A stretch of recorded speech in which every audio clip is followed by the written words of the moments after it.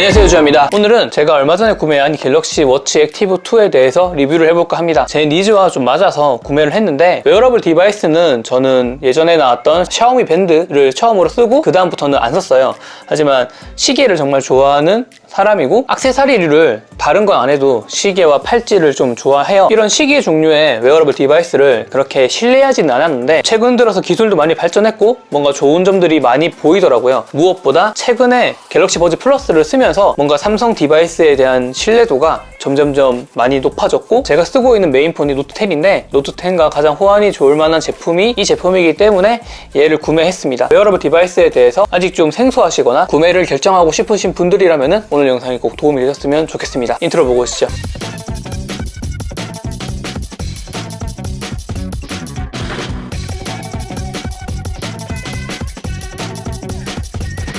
일단 제가 얘를 구매하게 된 결정적인 이유가 딱 세 가지가 있는데, 첫 번째는 아까 말씀드렸지만 제가 메인으로 쓰는 휴대폰이 갤럭시 노트 10이고 그것과 가장 연동성이 좋은 디바이스를 찾다 보니 아무래도 삼성 제품이 가장 호환이 좋을 것 같아서 구매하게 되었고요.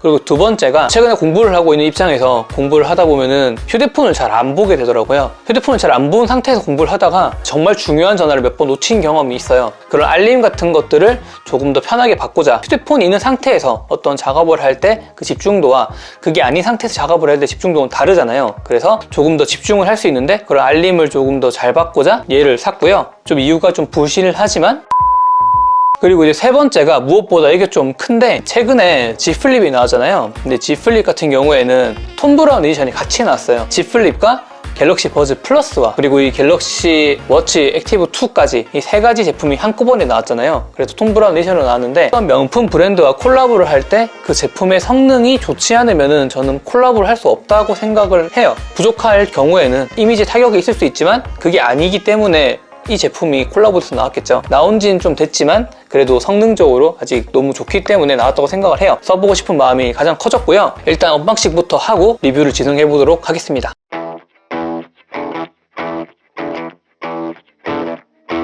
갤럭시 워치 액티브 2 같은 경우에는 스테인레스가 있고 알루미늄이 있잖아요. 저는 알루미늄을 샀고 43mm를 샀습니다. 직접 매장에 가서 차보고 40mm와 48mm 중에서 어떤 게 더 맞는지를 봤을 때 40mm는 작더라고요. 그래서 43mm를 샀고요. 제조월이 2020년 2월에 된 걸 확인할 수 있고, 저는 아쿠아 블랙을 샀습니다.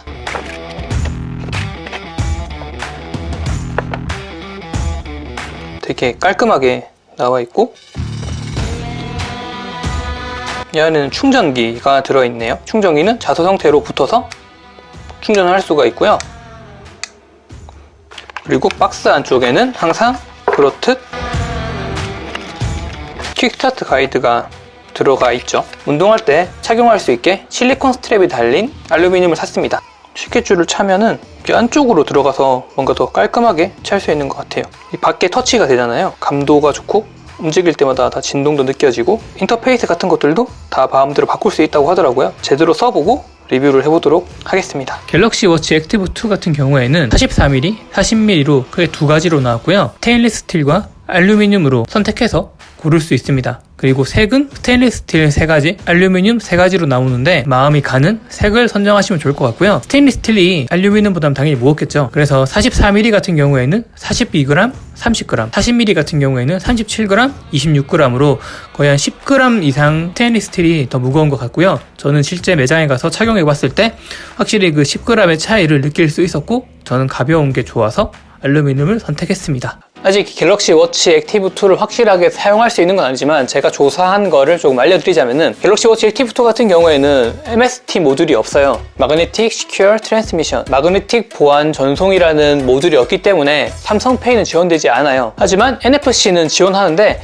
근접 무선 통신이라고 해서 많이들 잘 알고 계신 교통카드 기능이 돼요. 삼성페이는 지원하지 않더라도 교통카드 기능이 되니까 얘를 가지고 그냥 딱 찍고 버스나 대중교통을 이용하면 될 것 같은데, 갤럭시 노트 10을 6개월 이상 사용하면서 제가 단 한 번도 삼성페이를 쓰지 않았어요. 저는 아이폰만 거의 6년, 7년 쓰다 보니까 자연스럽게 카드를 주고 거래하는 게 몸에 배어서 한 번도 삼성페이를 쓰지 않았는데, 삼성페이를 주로 쓰신다고 하시면은 그 부분이 좀 약간 불편할 수 있다고 생각을 합니다. 삼성페이를 쓰지 않으신다거나 아니면 삼성페이를 쓰실 때 그냥 휴대폰을 주는 방식으로 결제를 하신다면은 크게는 문제가 되지 않을 것 같고요. 버스 같은 거 탈 때 딱 찍고 가면은 되게 편할 것 같습니다. 그리고 아까 배터리 같은 경우에 직접 써봐야 알겠지만은 보통 하루 반 이상은 AOD, Always on Display를 켰을 때 하루 반 이상 정도는 다 간다고 하시더라고요. 여타의 부가 기능 정도를 다 켠 상태로 배터리 소모량이 많게 되면은 하루 이상은 가겠지만, 그거보다는 점점점 배터리 소모가 빨라지면서 이틀 이상은 좀 어렵다고 하시던데, 근데 그런 기능을 다 끈다고 했을 때에는 한 이틀 이상, 거의 3일 가까이는 쓴다고 하니까 배터리적인 측면에서도 정말 좋은 것 같아요. 방금도 지금 재난 문자가 왔는데, 이 제품을 사고 나서 가장 만족할 만하게 쓸 수 있을 기능 딱 4가지를 우선 말씀해 드리자면은, 첫 번째는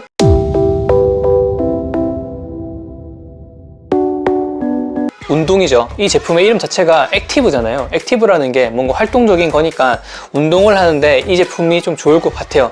저 같은 경우에는 공부하는 시간도 많고 해서 움직이는 측정 같은 게 좀 어려운데, 제가 하루에 몇 칼로리를 썼고 운동을 하면서 몇 칼로리를 쓸 수 있는지에 대한 그런 체크가 된다는 게 뭔가 몸매 유지를 하는데 조금 더 좋을 것 같습니다. 뭔가 혈액순환 같은 것들이 안 된다고 할 때 알림을 준다 하더라고요. 그런 기능도 있으니까 단순히 운동을 하는 게 다가 아니라 뭔가 측정을 통해서 체계적으로 뭔가 관리를 할 수 있을 때 이러한 제품이 있으면 좀 좋을 것 같고요. 물론 모든 건강 기능을 아직 사용해보진 않았지만, 건강을 평가하는 데 있어서 이런 기계가 도움을 준다면 조금 더 재미가 있고 뭔가 더 수치적인 표현으로 건강을 진단하는데 도움을 줄 수 있다고 생각을 하는데요. 수면 패턴에 대해서도 평가를 잘 한다고 하더라고요. 나의 수면 패턴을 파악하는데 도움이 된다는 것과, 가장 마음에 들었던 기능 중에 하나가 운동을 측정할 수 있다는 게 정말 신기했던 것 같아요. 해보진 않았지만 많은 리뷰를 통해서 운동하는 거에 대한 데이터를 잘 뽑아낼 수 있다라는 거는 확인했었는데, 실내에서 하는 마운틴 클라이밍, 스쿼트, 요가, 필라테스, 실내 자전거 등 밖에서 활동을 하는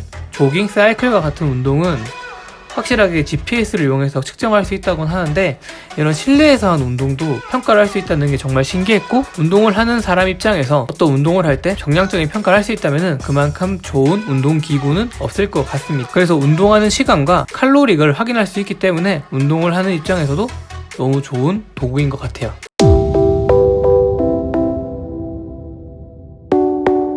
그리고 정말 좋은 게 알람이죠. 스마트폰을 계속 손에 들고 있는 거는 어떤 일을 한다거나 할 때 좀 제약이 많잖아요. 그리고 저 같은 경우에는 게임을 정말 좋아하는데 스마트폰을 들고 있으면 계속 게임을 하더라고요. 그리고 휴대폰에 의해서 방해하는 요소가 많은데, 그냥 얘 같은 경우에는 다른 기능보다 그냥 알람을 받는 데에도 되게 좋고, 그리고 무엇보다 전화가 된다는 게 좋은 것 같습니다.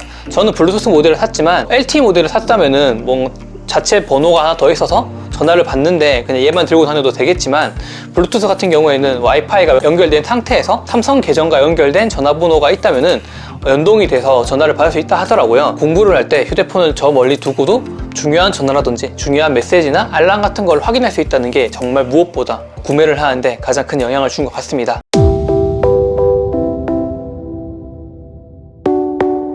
휴대폰으로 되는 기능이긴 한데, 갤럭시 워치 같은 경우에는 유용한 기능 중에 하나가 홈 버튼을 2번 눌러서 음성 녹음을 할 수 있게 되어 있어요. 그러면은 홈 버튼만 2번 누르면은 바로 음성 모드가 들어가져서 내가 지금 갑자기 생각났던 거나 갑자기 메모하게 생겼을 때 그런 기능을 쓸 수 있다는 게 좋았던 것 같아요. 아무래도 휴대폰 같은 경우에는 바로 꺼내 쓸 수가 없거나 뭔가 손으로 써야 되는데, 워치 같은 경우에는 그냥 단순히 내 몸에 지니고 있으니까 그렇게 어떤 메모를 한다거나 어떤 중요한 기록을 할 때 정말 말 그대로 유용한 기능처럼 쓸 수 있을 것 같습니다. 그리고 이제 4번째가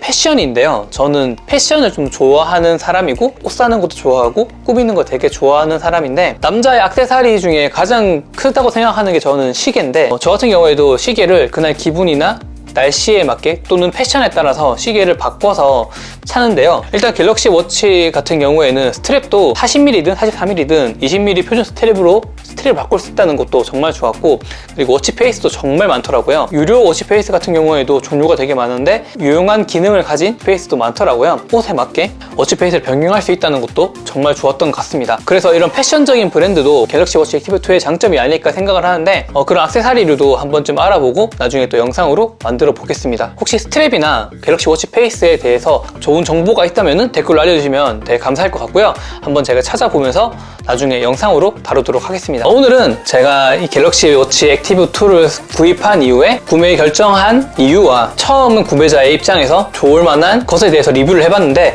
앞으로 제가 쓰면서 더 많은 리뷰를 할 거고요. 오늘 영상이 도움이 되셨거나 공감하셨다면 구독과 좋아요 눌러주세요. 여기 제 얼굴 있잖아요. 제 얼굴 누르면 구독 되니까 구독 눌러주시고요. 앞으로 더 좋은 정보를 가지고 찾아오는 주야가 되도록 하겠습니다. 영상을 시청해주셔서 너무너무 감사합니다.